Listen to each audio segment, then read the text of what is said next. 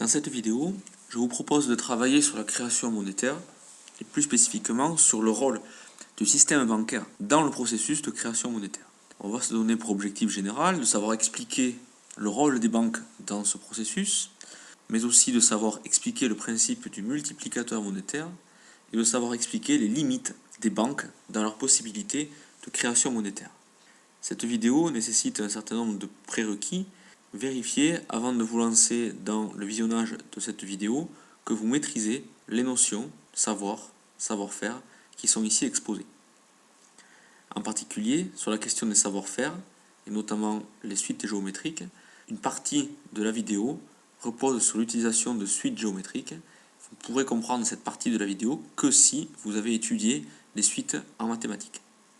Dans le cas contraire, il faudra vous donner pour objectif de comprendre le principe de la création monétaire en oubliant le côté un petit peu technique. Pour comprendre ce processus de création monétaire, on va partir d'un bilan, le bilan d'une banque A. On va imaginer qu'un client 1, fait un dépôt de 1000 € auprès de cette banque. Peu importe d'où vient ce dépôt, on peut considérer par exemple qu'il provient d'une autre banque, d'une banque concurrente par exemple. Peu importe, ça n'a pas d'importance ici.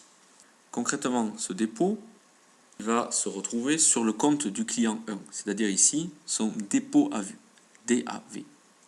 Comme un bilan est forcément équilibré, ce dépôt il se retrouve du côté des réserves de la banque, des réserves que l'on va appeler base monétaire. On retrouve ici quelque chose d'extrêmement important. La base monétaire désigne la monnaie fiduciaire plus les dépôts des banques sur leur compte auprès de la banque centrale. C'est ce qu'on observe ici, c'est-à-dire qu'au moment où le client 1 fait son dépôt auprès de la banque A, alors la banque A crédite son propre compte auprès de la banque centrale. Ce que l'on sait, et les banques savent par expérience, qu'elles doivent conserver une partie de ce dépôt sous forme fiduciaire pour faire face au retrait du client, mais aussi sous forme de réserve obligatoire. Les pouvoirs publics obligent les banques à conserver une partie de leur dépôt sous la forme de réserve sur leur compte auprès de la banque centrale. Ces réserves doivent aussi financer les soldes de compensation afin de satisfaire aux exigences qui existent entre les banques. Ce qui est important d'observer ici, c'est que la banque ne va conserver qu'une partie de ces 1000 €. En réalité, 150 par 1000, on voit ici que seul 15% du dépôt originel va être conservé effectivement par la banque, ce qui lui permet de pouvoir prêter à d'autres clients, par exemple à un client 2, la somme restante, c'est-à-dire 850 €, 1000 moins 150. Attention, ça ne veut pas dire que le compte du client va être diminué d'autant. Non, le client 1 a toujours la possibilité d'utiliser son dépôt, mais on fait l'hypothèse qu'il n'utilisera jamais la totalité de son dépôt d'un seul coup. Et c'est bien cette hypothèse-là qui va permettre à la banque A d'accorder des crédits à d'autres clients. Donc ce crédit accordé au client 2, il va se retrouver du côté de l'actif de la banque sous la forme de créance. La banque A détient désormais un droit à être remboursé sur le client 2. Ce crédit se trouve ici sur le compte, donc le dépôt à vue du client 2.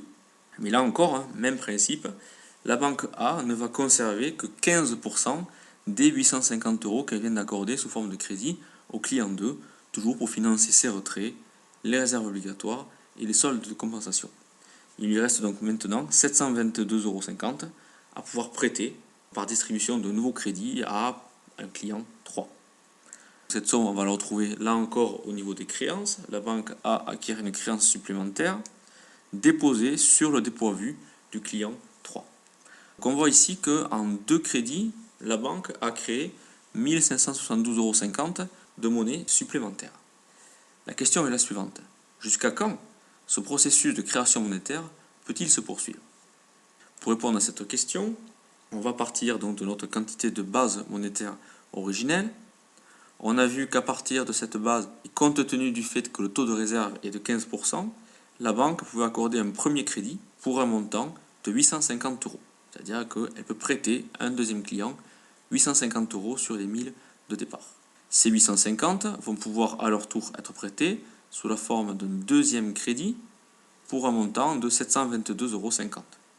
Vous pouvez maintenant mettre cette vidéo en pause et vous entraîner à compléter la suite du tableau. Vous avez dû obtenir ces résultats. J'accélère un petit peu pour aller vite.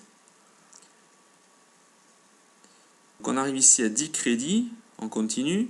On imagine qu'on arrive ici à 98, puis 99 crédits. Et même en arrivant à 99 crédits accordés, on voit ici qu'il reste toujours une petite partie de base monétaire que la banque peut continuer à prêter. Donc on va imaginer que finalement le processus s'achève lorsque le nombre de crédits devient très très grand, qu'il tend ici vers l'infini. On va se demander comment connaître au fond la quantité totale de monnaie créée à partir de la quantité de monnaie initiale. Pour ça, il faut recourir à un outil mathématique qui est, ainsi que l'on a parlé en introduction, la suite géométrique. Pour ça, reprenons quelques-unes des écritures que l'on a notées dans la diapo précédente et écrivons l'expression de 850 dans la première équation, écrivons-la dans la deuxième équation. C'est ce qu'on fait ici. Écrivons maintenant l'expression de 722,50 €, remettons-la dans la troisième équation. C'est ce qu'on obtient ici. Et ainsi de suite. Donc si vous avez étudié les suites géométriques en cours, vous avez reconnu une suite géométrique UN de premier terme U0, ici égal à 1000, et de raison Q, ici 0,85. Le total de la monnaie créée va être égal à la somme de cette suite, sachant que chaque élément de cette suite correspond à un crédit accordé, UN, et se note U0 fois Q exposant N. Donc cette somme, ça va être U0 plus U1 plus U2 plus U3, etc. jusqu'à UN. Donc on reconnaît ici l'expression de U1, ici l'expression de U2, ici l'expression de U3, jusqu'à l'expression du UN final. Donc on fait l'application numérique, on factorise par le premier terme, ici par 1000. Et on sait, parce qu'on connaît son cours de mathématiques, que cette somme ici peut s'écrire de la façon suivante. Application numérique. Si n est égal à l'infini, ainsi qu'on l'a vu tout à l'heure, la création monétaire s'achève lorsque le nombre de crédits accordés est très très très grand, alors 0,85 exposant n plus 1 tend vers 0. Effectivement, faites le test. Si vous mettez ici, imaginons que 0,85 soit à l'exposant 10 000 plus 1, vous allez trouver ici que l'expression est égale à 0, pour la simple raison que 0,85 est inférieur à 1. Donc on peut écrire l'expression suivante, et on reconnaît ici le taux de réserve. D'où l'on déduit que le total de la monnaie qui a été ainsi obtenu s'élève à 6 667 € à la fin du processus de création monétaire. Donc cette somme, on va la retrouver dans le bilan. Donc on a toujours ici à gauche nos réserves de départ qui correspondent en fait à l'offre de monnaie, dans notre base monétaire qu'on a l'habitude de noter H pour High Powered Money. Sur la base de ces réserves, on a accordé des crédits qui font donc l'objet de créances à l'avantage de la banque et qui correspondent à la monnaie créée à partir de l'offre de monnaie initiale. Et le total de tout ça correspond à la demande de monnaie qu'on peut estimer être la valeur de la masse monétaire M1, c'est-à-dire la quantité de monnaie fiduciaire plus la quantité de monnaie sous forme scripturale auprès des dépôts à vue des clients. Ce qui nous permet d'écrire l'expression suivante, qui est à retenir. La demande de monnaie est égale à l'offre de monnaie, la base monétaire, multipliée par un coefficient qu'on va appeler le multiplicateur monétaire et qui est égal donc à l'inverse du taux de réserve. Alors allons un peu plus loin et formulons quelques remarques autour de ce multiplicateur. Comme on l'a dit, la demande de monnaie est égale à la base monétaire fois le multiplicateur. Ce qui peut également se réécrire de la façon suivante. Dans notre exemple, on avait vu que le taux de réserve était de 15%, c'est-à-dire 0,15. Donc, on peut écrire ceci en application numérique. Décomposons notre 0,15 et développons. Qu'est-ce qu'on observe? On observe ici que 0,1, c'est la part de monnaie demandée sous forme fiduciaire. On va la noter C, en considérant que C est compris entre 0 et 1. C'est-à-dire que C représente un certain pourcentage du total de la monnaie demandée. CMD va représenter la quantité de monnaie demandée sous forme fiduciaire. En conséquence de quoi, 1 moins C va forcément représenter la part de monnaie demandée sous forme scripturale, puisqu'il n'y a que deux formes de monnaie, soit fiduciaire, soit scripturale, ce qui nous permet d'écrire l'expression suivante. 1 moins C, facteur de MD, représente la quantité de monnaie demandée sous forme scripturale. Or, on sait, on l'a vu dans notre exemple, que seule une partie de la monnaie scripturale est conservée par les banques pour financer les réserves obligatoires et les soldes de compensation. Donc on va noter cette part θ, ce qui nous permet d'écrire ici l'expression de la part de monnaie demandée sous forme de dépôt auprès de la banque centrale. 1 moins C désigne la part de monnaie demandée sous forme scripturale. Pondéré par θ, on obtient donc la part de la monnaie totale qui va être demandée par les banques pour satisfaire aux réserves obligatoires et au financement des soldes de compensation. Donc on peut écrire les expressions suivantes. On a factorisé ici par MD, d'où au final une réécriture de l'expression de la demande de monnaie de tout à l'heure. On a toujours la demande de monnaie qui est égale à l'offre de monnaie multipliée par un taux de réserve qu'on a ici précisé en distinguant à l'intérieur du taux de réserve ce qui relève de la part de la demande de monnaie sous forme fiduciaire et ce qui relève de la part de demande de monnaie demandée par les banques pour financer les réserves obligatoires et les soldes de compensation. Alors on va s'interroger, on touche bientôt à la fin de la vidéo, sur le pouvoir des banques dans la création monétaire. En fait, l'étude de ce multiplicateur permet de montrer que le pouvoir des banques dans la création monétaire n'est pas illimité. En réalité, si on remplace ici les valeurs de C et de θ par des expressions chiffrées, on voit que le multiplicateur est maximum lorsque C ou θ sont nuls. Plus C ou θ va s'élever et plus le multiplicateur va devenir faible. Il y a donc une relation inverse entre la valeur du multiplicateur et la valeur de C ou de θ. Autrement dit, le pouvoir de création monétaire des banques est limité par la valeur de C et par la valeur de θ. En conséquence de quoi, on peut dire que le pouvoir de création monétaire des banques dépend des préférences des agents pour la monnaie fiduciaire. Si les agents préfèrent la monnaie fiduciaire, cela limite le pouvoir de création monétaire des banques, puisque, on le rappelle, elles n'ont la possibilité que de créer de la monnaie scripturale. Ce pouvoir de création monétaire, il dépend aussi des obligations légales à travers l'influence de θ via les réserves obligatoires.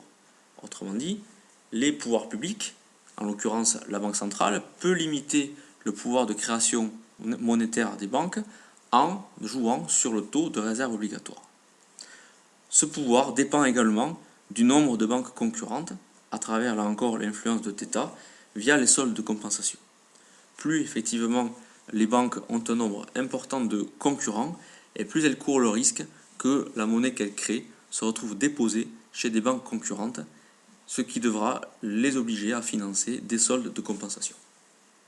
Concrètement, si on regarde la valeur du multiplicateur monétaire en vrai, dans le cas de la zone euro, on a ici l'évolution du multiplicateur monétaire dans la zone euro de 2006 à 2018.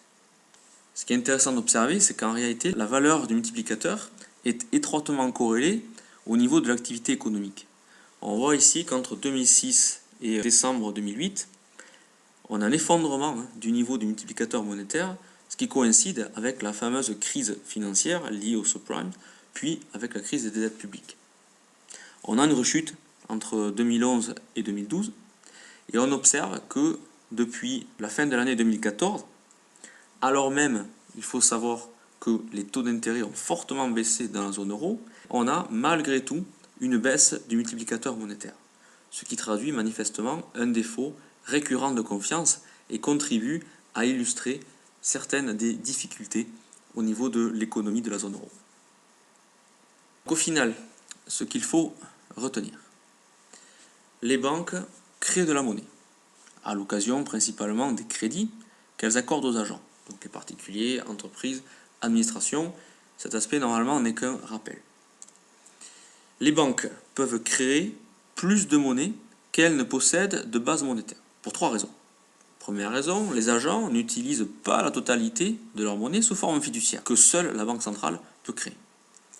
Deuxième raison, les pouvoirs publics n'obligent pas les banques à détenir la totalité des crédits qu'elles accordent sous forme de réserve obligatoire, que ce soit sous forme fiduciaire ou de dépôt auprès de la Banque centrale. Troisième raison, tous les crédits qu'elles accordent ne sont pas utilisés chez les clients des banques concurrentes. Donc certains crédits accordés par les banques concurrentes sont dépensés auprès de ses propres clients. C'est le principe des réserves excédentaires. Troisième idée à retenir, c'est la conséquence de ce qui précède. Le multiplicateur monétaire est généralement supérieur à 1, car le taux de réserve est inférieur à 1. Donc l'expression de la demande de monnaie, ici, est à connaître. Pour terminer, le pouvoir de création monétaire est mesuré par le multiplicateur monétaire. Il dépend négativement des préférences pour la liquidité, des contraintes réglementaires et de la concurrence.